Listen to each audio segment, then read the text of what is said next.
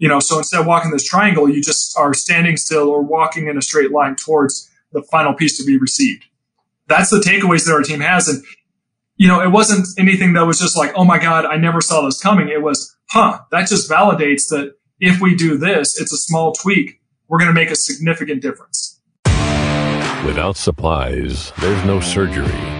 Without products, there's no patient care. Welcome to Power Supply, the healthcare supply chain podcast focused on helping you navigate the intricacies of logistics, purchasing, contracting, and supplier relationships. Each episode, we speak with healthcare executives, supply chain leaders, and innovative entrepreneurs from across the country as they share their stories, experience, and expertise on the industry we love. From the loading dock to strategic sourcing, from buyers to the C-suite, and across the enterprise, we tackle the real-life issues impacting the healthcare supply chain. Whether you're tuning in for conversation or inspiration, we're glad you're here. You're just in time to hear it from the source and stock up on insight. So sit back and plug into Power Supply. Today we are speaking with Matt Putman, Director of Supply Chain Operations at the University of Colorado Hospital. And Hayes, we're going to be talking all about the people getting supply chain ops in alignment. And Matt's going to introduce to us the 5 rights of supply chain operations. So excited to talk to him today. Had a chance to meet him just a couple of months ago. He also happens to be the chair of the Education Committee for National ARM and is just a wealth of knowledge. He is a wealth of knowledge. And if you stick around and listen to this, you're going to learn everything you want to know about staffing, right time, right place, and football and mascots and everything else. So stick around, listen to Matt, and I think you're going to enjoy it. All right. We're going to be right back. Stay with us.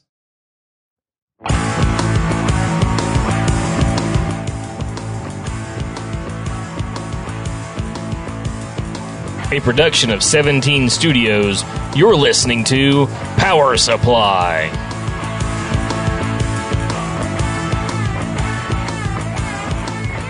We're speaking with Matt Putman, Director of Supply Chain Operations at University of Colorado Hospital. And Matt, you and I met at the IDN Summit just a couple of months ago. We had a great conversation. And today we're going to be talking about staffing model alignment. And I can tell you this is becoming a pretty big topic of conversation. I mean, obviously we have a staffing crisis in many cases. The way that we staff supply chain is changing.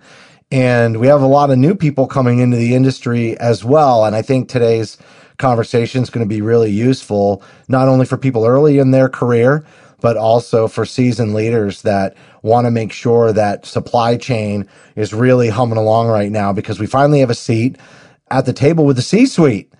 And, we want to make sure that, we continue to grow and take advantage of that audience that we have and the influence that we have over great quality care being delivered to the patients. So thanks so much for coming on the show. Yeah, it's my pleasure. Thank you for having me. You and I were talking about just the basics of what it is that we do, and it all comes down to people. So I'm really happy to have this as the topic of conversation. Well, let me just jump in here, right, Matt? I'm excited to have you on here. And one question I have for you, I was looking at your bio and where you went to school, and you've actually got a really impressive, educational background. But I need to know, Hastings College, what was your mascot? Colorado State and Grand Canyon, what are those mascots? So Hastings College, I was a proud Bronco. I was a football player and also was on the track team. Oh, wow. CSU Rams, Colorado State University Rams, used to be the Aggies. So they were Colorado A&M back in the day. Oh, okay. And so then they turned out to be the Rams. And then Grand Canyon University is the Lopes. So kind of pays homage back to my Nebraska heritage, because one of the University of Nebraska college system entities is the University of Nebraska Kearney Lopers, which was one of our rivals in Hastings. I love it. All right, great. I didn't know you played football. Good for you. You have that look. So, yeah. What position? Wide receiver? You're on the track team, so I'm guessing wide receiver is safe. Tight end and long snapper, and threw discus and hammer on the track team. crazy. One of my good friends, who's the long snapping guy in the country, lives in Lewiston, Idaho, where I'm from. Chris Rubio. Oh yeah, he's the long snapping guy. Rubio lives one of my there? good friends. Really? Yep. Oh wow, yeah, he's a big deal. Yep. Interesting. Yeah, it's a great career if you can get it, you know. I mean, but to be honest with you, and not to try to lead this into a conversation, but, you know, I always said that supply chain's like the offensive line of healthcare. Wow. We're the ones that you never, you know, you want them to always be there, but they never get the recognition unless something goes wrong, right? So quarterback gets sacked. Whose fault is it? Offensive line. We can't get stuff. Whose fault is it? Supply chain. But, you know, you just always want to be that offensive line. So I've always said I aspire to be in the trenches and making sure that we're grinding it out, doing the work. But that's what supply chain does. But I think that that's a mentality that we have to take into our teams as well, is that no one's ever going to do a supply chain 911 TV show, right? No one's, I mean, except for Justin, no one does podcasts about supply chain. But end of the day, we are the fully necessary entities. You can't play a football game. I mean, Peyton Manning was great and everything, but you know, without Chad Clifton out there on the offensive line, you got nothing. By the way, you just dropped 2 Vols right then. I'm impressed. Bring it on. Look at that. I like this guy a lot. Can we have him on all the time? Sure we can. It's our podcast. We can do whatever we want with it. No, whatever JP wants to get done. Podcast. And by the way, that line of the offensive line is huge. Can I use that? Go can for I use that moving forward? Thank you. And I'll give reference to But it Matt. goes back to HR. Yeah, I like They've it. got to have really good people on that line. So you need good HR as well, part of your recruiting team. Well, but I mean, so seriously, back to the topic we're talking about. It's true because everyone watches the quarterback, the running backs, the receivers, your defensive backs make the big plays. But if you ever actually watch what happens on the offensive line, you see them pointing things out and they're making all their line calls. And, you know, of course, you get to the Hollywood glamorization of it, and all they're doing is they're talking trash to each other.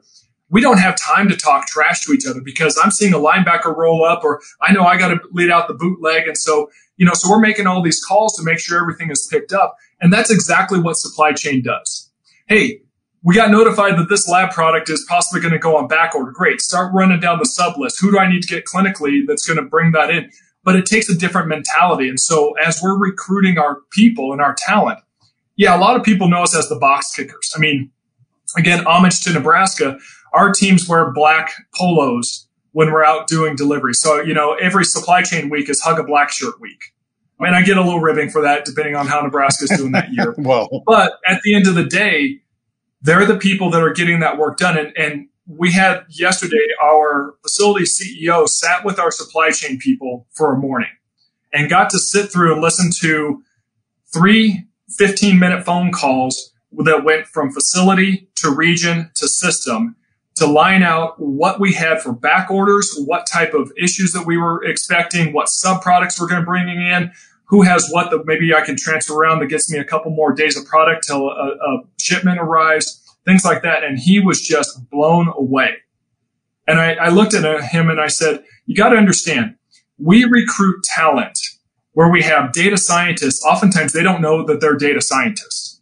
We've got people who are making decisions at the drop of a hat, similar to that of what a physician would be making in a life and death situation.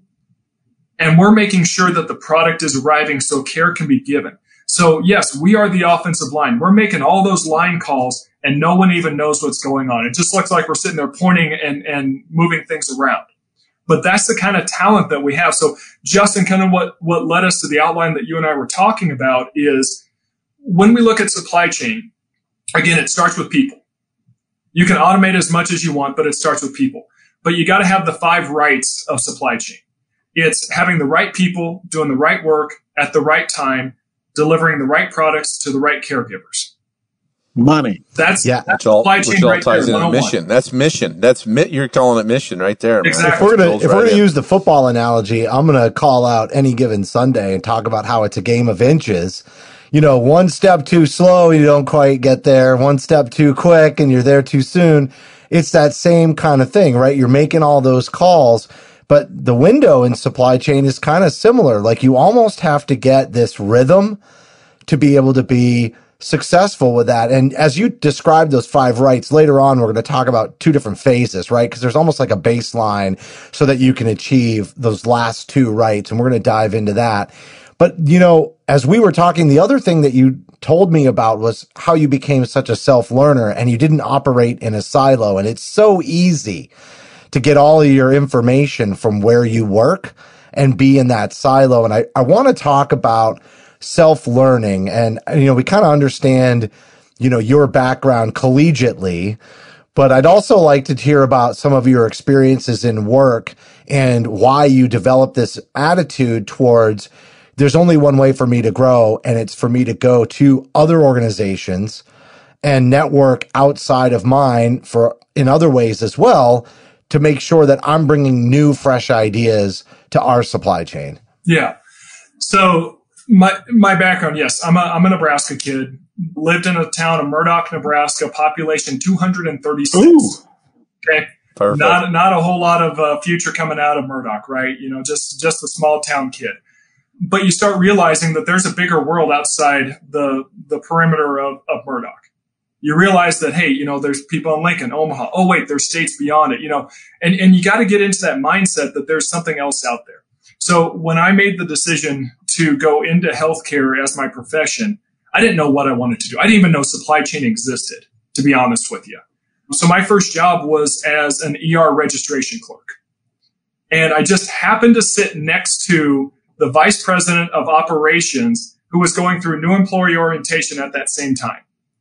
And during one of our breaks, really nice guy, he's been a good friend of mine for years. He says to me, he's like, so what do you want to do with your career? I said, I don't know. I want your job. And he goes, great. I go, I don't know what you do, but I want your job.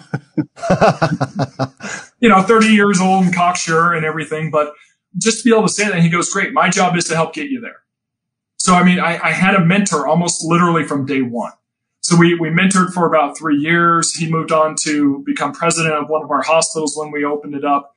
But he taught me that to understand, because as a vice president of operations, you have to understand how the whole thing operates. He said, I would actually encourage you to jump around to a couple different departments. Learn what other things do.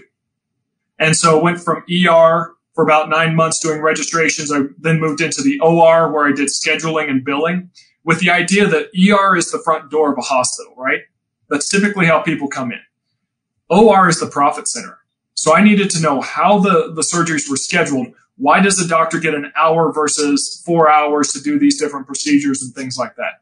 And then I did the billing on the back end where I was reconciling the preference cards and some of the implants based off of what was charted.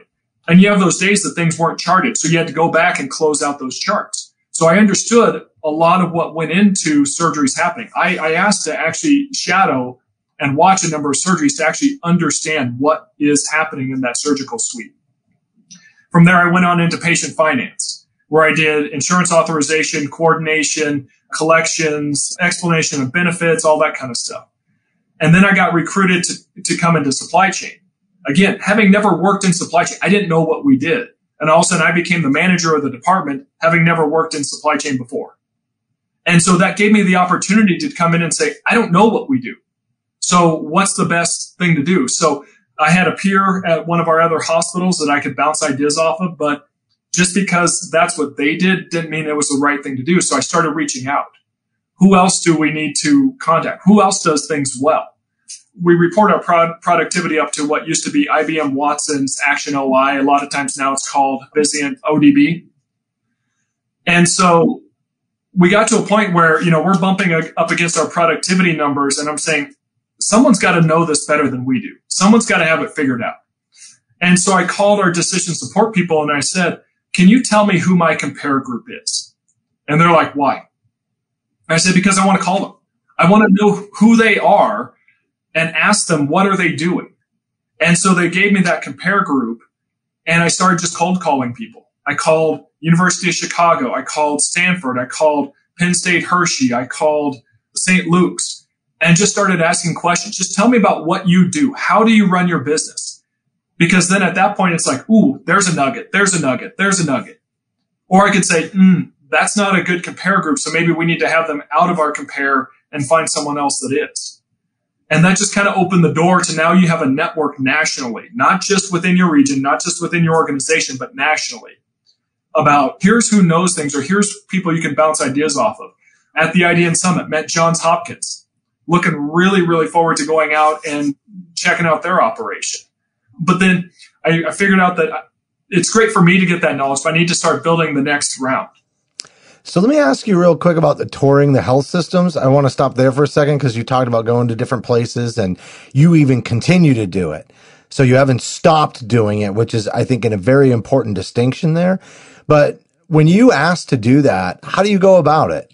Like, are people just like, yeah, come on over, no big deal? Or is there a certain approach that if somebody were to come to you and say, hey, I hear you've toured a lot of other places, I want to tour yours, how would they come across to you as somebody that is worth your time having come out and see how you do things? So I will jokingly say that supply chain has no secrets.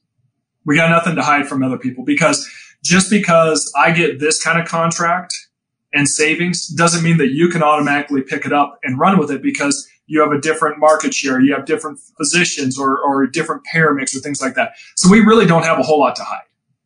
And to be honest with you, I like to think that most people in supply chain are just good people. And so, I go off of that, aw shucks attitude and just call them up and say, hey, can you tell me a little bit about your operation? You get to start building a relationship. And it's like, hey, I'd love to come out and tour your operation. I have yet to have anyone say no.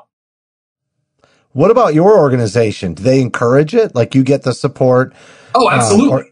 Absolutely. I mean, budgetarily, we got a budget for travel expenses. So I'll just throw, 1 or 2 plane tickets in every once in a while and just say, yeah, we want to go tour someplace. And anytime I go someplace, I bring people with me because I may be having a conversation with a director, whereas an ops manager is having a conversation with someone else. And it's also great succession planning. Well, and you start getting the nuggets. And so we went even further where we're focused on 2 main things within our organization this year. Well, actually 3 is our main goals for this year. We want to increase our efficiencies for cross-dock operations. And so I started doing some research. Who are the top 50, top 100 cross-dock operations, supply chain operations globally? Not in healthcare, but globally. Walmart, McDonald's, L'Oreal. I mean, you can just go down the list. And there's these great places. Well, I have the benefit of having a Walmart distribution center in my backyard. Pick up the phone. Hey, I'd love to come by and do a tour. We just want to see your cross-dock operation, see if there's some nuggets that we can garner from it. We're not a competitor of theirs. We're not Amazon. So they were like, yeah, sure, come on by. So they set up a nice tour. I brought our receiving supervisors, managers. I even brought our distributor and said, we're trying to figure out how to be better ourselves so our distributor can be better for us.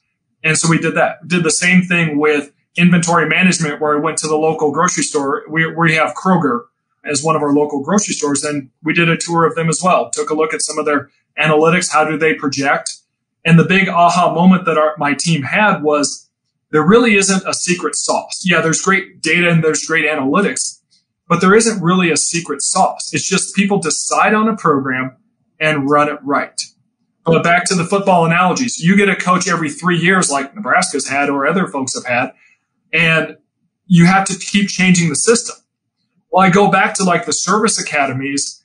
They run the offense that I learned in 6th grade, the triple option. But they run it so stinking well because there's discipline to it. Execution. There's rigor to it. And they empower their people to do the right thing at the right time. That's how we're going to get the best talent in healthcare supply chain. I love it. Hey, well, go back to that a little bit. Back to when you went to go see the Walmart distribution center, what takeaways did you have other than, they do it really well, but was there a nugget or 2 that your team brought back and says, let's implement this or that? What was that? Yeah. So the first thing one of my managers up in Steamboat Springs had said was that we're not trying to take away people's identity, but we need to take away their artistic license. So there's a standardized process to how things are done. And it's just done repeated. Again, you run the same program over and over. He was victim to people saying, well, I receive this way, or I receive this way, or I stack my pallets this way. And so the idea was take that artistic license away. Here's the way we do it. Now, the moment you walk out, you can turn right or you can turn left or you can go up the stairs first. that's your choice. But just make sure that the process is done repeatedly. Because how many times do you have entities where, oop, I lost it. Oh, I found it 3 weeks later. Yep, it was sitting there on the dock covered up by something else. Because you didn't put it in the same spot every single day. Or you didn't follow the same process. So his big takeaway was just that. The other takeaways were we have technology that we have our ERP system that has wireless technology and handheld scanners. And they saw the opportunity to allow people to start playing with our technology and do more wireless versus laptop-based or desktop-based receiving. So they could be out on the line doing the receiving versus bringing the products to them, open it up, do the receiving, set it aside, go get another one. So they're cutting down their foot traffic. And so if you did a spaghetti diagram, it would look like they're very stationary and they're just working back towards the door versus pick it up, bring it over here, receive it, set it over here, go, so instead of walking this triangle, you just are standing still or walking in a straight line towards the final piece to be received. That's the takeaways that our team has. And, it wasn't anything that was just like, oh my God, I never saw this coming. It was, that just validates that if we do this, it's a small tweak. We're going to make a significant difference. So I want to kind of like right now we're talking about what it should look like. And, what are some areas of like, let's really focus on the execution piece. And it's setting up the benefits of the 5 rights when they're right. But I want to start with what happens when it's all out of alignment and it's all going crazy. I know everybody kind of knows this, at least experientially, but as we kind of dive into those 5 rights, what does it look like when it's out of alignment? And then maybe we can figure out how to tweak things in the conversation around the 5 rights. What areas to focus on strategically? Sure. So I've been blessed with the opportunity of coming in as an interim and then taking a permanent position in my current role. So moving from Northern Colorado, that was 4 smaller facilities, now moving to our academic medical center, which is a 1,000 bed hospital, or soon will be by this time next year. And so much bigger operation, scalability is bigger, but for many purposes, it's almost easier because it's just one campus versus having to cover a geography. So coming in as an interim, the idea is you just keep the ship afloat, decide if this might be something you want to go into. So you're observing. And the problem is when you go in and you start observing, you need to make sure that you're asking questions. Why do we do this? Tell me about this. How did we get here? And that's a lot of what I noticed was I just kept going, but why do we do it this way? And of course, the classic answer, well, it's the way we've always done it. It's the way we've been doing it for years. But I just kept going, but it doesn't seem to make sense. Is this the most efficient way that we can do it? And I had a buddy of mine in college who said, if you're ever going to start a building, what you should do is never put the sidewalks in for the first year. Just watch where people automatically walk and then put the sidewalks in those worn paths because they're going to show you what the path of least resistance is. Well, in many ways, that can be true in those 5 rights because you're looking at it saying, do I have the right people doing the right work? Or are they in the right motion, getting the right things done? And so you really kind of look at it and say, okay, so if we were to do something different, what would you want to do? Number one, it builds team empowerment to say, well, I can have an opinion and I can make a decision. But at the end of the day, you're finding out what is the most efficient and effective. Now, there are some things that's like, well, I just like everyone to come down and get their stuff for me so I don't have to move from my chair. Well, yeah, that's not happening. So, go ahead and set that one aside. But is there something in between there? I'd like more people to come down, or can we have a checkout process? So when we were in the middle of COVID, a lot of times everyone had all their PPE. It was all out at the inventory levels. And there was a real concern about theft. Someone's going to go, oh my God, I can't get masks. And so then I'm also going to take some for my family. And so we did what a lot of organizations probably did, which was we brought it in-house and it was checked out. And so we had basically 2 operating models. Either one, and this was at our academic medical center, where basically we called it the bread line. You come down, you get your daily allotment. Tell me how many staff you're going to have for the next 24 hours. We're going to give you those plus 10%. There you go. And then that way we were controlling the output. We could actually see consumption. Or we would have people put in a requisition order that we would gather and we would have pulled, and then we would take it up and drop it off at the nurse's desk when we went and did our inventory deliveries. But we kind of took that and said, instead of everyone coming down or everyone going to the units and taking their stuff, let us know what you need and we will bring it to you. So it kind of felt like that middle ground, if you will. When you get that opportunity to look at things and just go, this doesn't seem to make sense. Tell me more about it. You start going, well, are we doing the right thing at the right time? And so I sat down with my leadership team and I said, all right, guys, walk me through this. If I were to line out a 24-hour timeline, 12 a.m., 12 a.m., can you tell me when the activities happen? Can you tell me when people start coming in? Are we staggered starts, or are everyone starts at their shift at what time?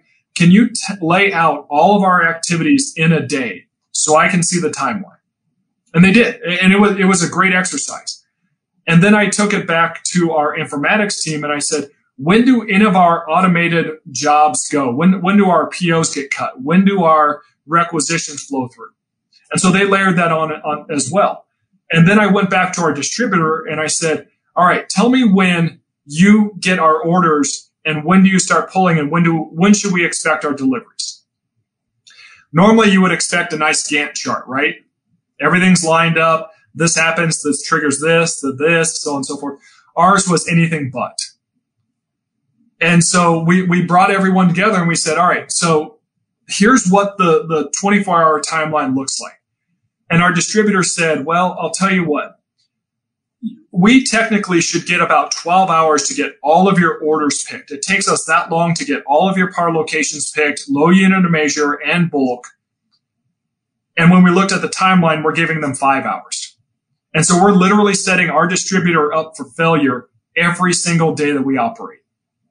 They're never going to hit our dock out times. They're never going to hit our delivery times. We're always going to have jumbled up orders and things like that because they're sprinting. And so we look at that and say, well, that's not fair. I can't be set up for success if I'm not setting them up for success. And so that's the right work at the right time. And so we looked at it and said, okay, now blank slate.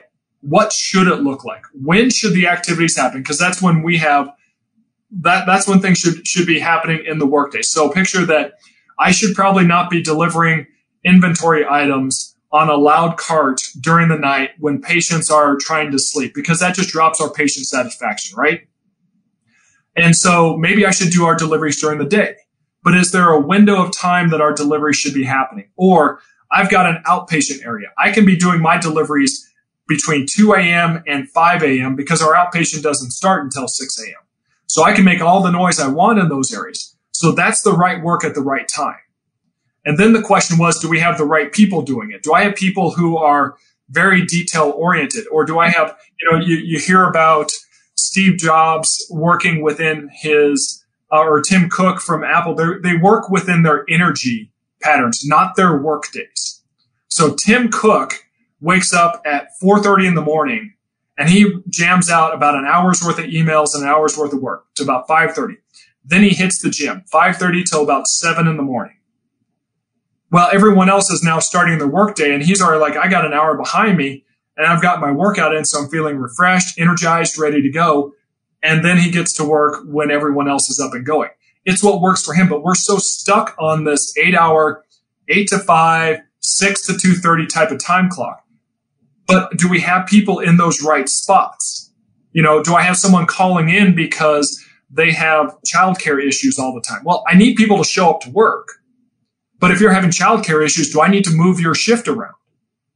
Can we work? And so that goes into the remote working environment or flexible working environment that we're seeing within the generations now that people expect. I mean, we all work. I'm seeing home offices there, so we all work remote at times. So how can we find those flexibilities to get the right work done by the right people at the right times? So, one of the things you said at the very beginning was that technology is not necessarily the answer, which is why you centered the focus of this conversation around the people. But it's not to say that you shouldn't implement technology, but right. You're kind of saying, we don't want to go back to grease boards and pins, Right. Well, and there are a lot of people that are. I got stock in 3M. I'd love everyone to buy sticky notes as they're writing their orders down because my stock share is going to go through the roof. I'll tell you, there are people out there that don't have a lot of access to technology. And, especially some of the smaller, more rural hospitals, like they have to survive, maybe not with the latest and greatest in a lot of cases. And I literally had a conversation 2 days ago about this where somebody didn't even have a barcode system. They were putting them together in a spreadsheet, and they were looking for all of those little tips and tricks. And a former guest, Susie Collins, is great about that. She puts tons of those little nuggets out on LinkedIn to just help people along. But ultimately, I think we would all like to have the technology to help drive it. But I think your point is, if you're not doing things the right way and you don't have the right people and it's not in alignment, you can throw a whole lot of money into technology and still suffer the same problems. So once you get this alignment, once it's in place, how do you then start pulling in the technology to really advance things, and how do you sustain it? Yeah. So, the first thing to keep in mind is, remember when computers were first coming around, the promise was that it would make it so humans would only have to work 2 hours a day. Let me know how that works out. Well, that's what Garry does typically. Only in Idaho, baby. Hey, only in Idaho. This thing has made it so I hardly even have to show up to work. Yeah, I'll tell you. We'll share that around. You can literally do it on your phone. Exactly. But the thing is that you have to train people to the technology you have, but you also have to ask the questions of, are we maximizing the capabilities of the technology? And if the answer is no, then do you need different technology that's going to allow you to do it? Because we have an antiquated inventory management system that we're actually in the process of tearing out. And so that system, everyone's going, oh my God, we're going to be so much less efficient. I need 15 more FTEs because we're just going to be in so much trouble. The problem is that the moment that you have a handheld scanner, you're not sitting there having to push buttons or tap on things or, whatever, you become more efficient. And that's just the baseline of utilizing your technology. Obviously, you have to have a real close relationship with your IT groups because they're the purse holders and the validators of all the technology. But you hear about Kanban installs, you hear about weighted bin systems, RFID tagging. At the end of the day, it comes down to, are you maximizing the technology that you have, barcode scanning or tap systems or whatever? I mean, we have a Kanban install in our non-acute space, and we're literally using a key fob for our scanner. But at the end, this is the key fob right there. So we're using this as a scanner, but this is technology that's making it so our medical assistants don't have to write down all the item numbers that they're trying to order, then go back to the computer and type it all in. And so it's just a basic functionality. And it doesn't have to be unique as far as tugger systems and robots and all that kind of stuff. You just need something in place and then train people to utilize it. And it's amazing how people are then going to find new ways to maximize that. Because I would be hard pressed to find someone that says, it's great, I love barcode scanners, but I really enjoyed writing things down on sticky notes and sitting there at the computer and punching it all in. Matt, honestly, this has been a great conversation. And I think, getting the right people in place can be difficult to do just from a recruiting standpoint. And you talked a lot about networking and how to do that. Have you been able to find good people for your organization through networking outside of the organization? Or, do you find most of your talent within the organization? How do you manage that? It's interesting. About a year ago, my peer directors and I, we did an offsite retreat where we looked at our org chart and we just said, does this make sense for what we needed? And what we were finding is that we had 27 different job descriptions within supply chain operations alone. And we went, okay, but I don't know if a merchandise coordinator is the same as an inventory coordinator, or are they more of a materials technician? I couldn't tell who did what. And so we tore it all apart, we flattened it down, and we got it down to 8 job descriptions. And what we did is that we made sure that each job description had competencies behind it. So that way, if I was going to promote someone, I could say, look, here's the 10 competencies that you need to do this position. You've got 4. My goal over this next year is to get you those other 6 if this is where you want to go.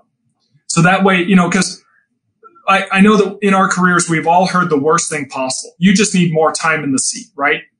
That is the worst explanation you can possibly give, because we're going to say, what, do I need 10 minutes or do I need 2 hours or 2 years? How much So time? if I just sit here for 3 years, do you promote me? Right. Right. Exactly.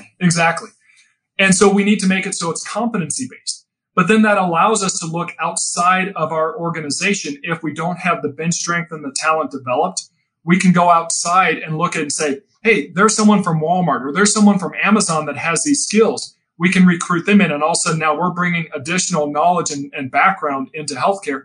And all we're doing is we're promoting where we are from our current state to where we can possibly be as an organization. And then again, through the networking with other organizations, we're still taking nuggets and we're sharing ideas. And all of a sudden you're seeing supply chain operations seen as a trusted partner by the C-suite of our own organizations, as well as within the industry. Because guaranteed, if, having done research, you look at who are the top 50, top 100 supply chain operations in the world. There may be healthcare entities being Johnson & Johnson, Unilever, but there's no hospitals. And I think that that's a huge miss, because either we don't market ourselves well, or we've got a lot to learn to level up to what some of those others can do. But when you look at their key attributes, we can do all those things. We just need to make sure that we run the system well and we get the right outcomes. Phenomenal. This is a great interview. And am I correct too? I just want to give you a little shout out that you're the education chair now, or the chair of the education committee for National Arm. Yep. I will be done in December, but I've been the education co-chair or vice chair last year and chair this year. So, thus you get a little bit of my bias on education and why it's so important. It's hugely important. Absolutely. I love it. Well, so think about this. Do you want people to just say, hey, you know what, I'm a box kicker and this is what I aspire to in life? Or do you want to try to teach, train, and develop people to become the best that they can be? So then that way you're working at the top of the license. And guess what? Life gets easier and life gets better, right? Yeah. Amen to that. Absolutely. I've been trying to get Hayes and Garry to come up to that level ever since they came on. They're so resistant. I'm not even on the offensive line. I've been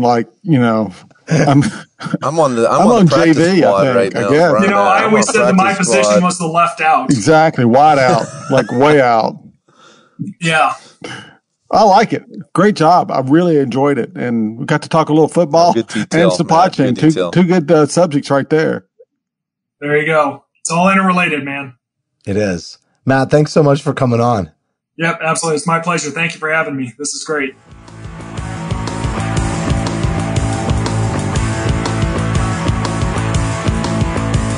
That was Matt Putman, Director of Supply Chain Operations at the University of Colorado Hospital. And Garry, great conversation today. It's always going to come back to the people, 100% every single time. But what's possible once we have the right people doing the right things is even better. And he gave us a lot of not only the real world tips that he gained and his team gained from going and touring other facilities, even non-healthcare, but he also painted a picture for what you can really do with technology once we get that alignment. Yeah, I totally agree. I love the conversation where he went to other entities outside of healthcare to see what they were doing to get some nuggets, as he called it, to make their life a little bit easier. There is no magic potion, as he said, in other words, but implementation is true and real. You're only as good as you get it done and as you implement it correctly.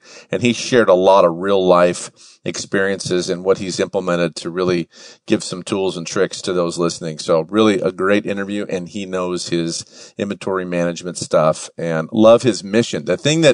One other thing he did not talk about much, but he pulled in his experience, really had mission and passion behind it. So just a great interview. Really enjoyed having him on the show. All right. Well, another great episode in the books. And as a reminder, the best way to listen to Power Supply is to download our smartphone app for iPhone and Android. We have bonus content for certain episodes. But if you don't want to download another app and you're already listening to podcasts on Apple, Amazon, or Google Podcasts, you'll find us there, as well as Stitcher, iHeartRadio, and Spotify. Also, we love your feedback. And so we want you to send us an email if maybe there was an interview that stuck out to you. Maybe there's a topic that you'd like us to cover, or maybe there's somebody that you'd think would make a great guest on the show. just send an email to info@powersupplymedia.net. On behalf of Garry Hayes and myself, thanks for listening to this week's episode of Power Supply.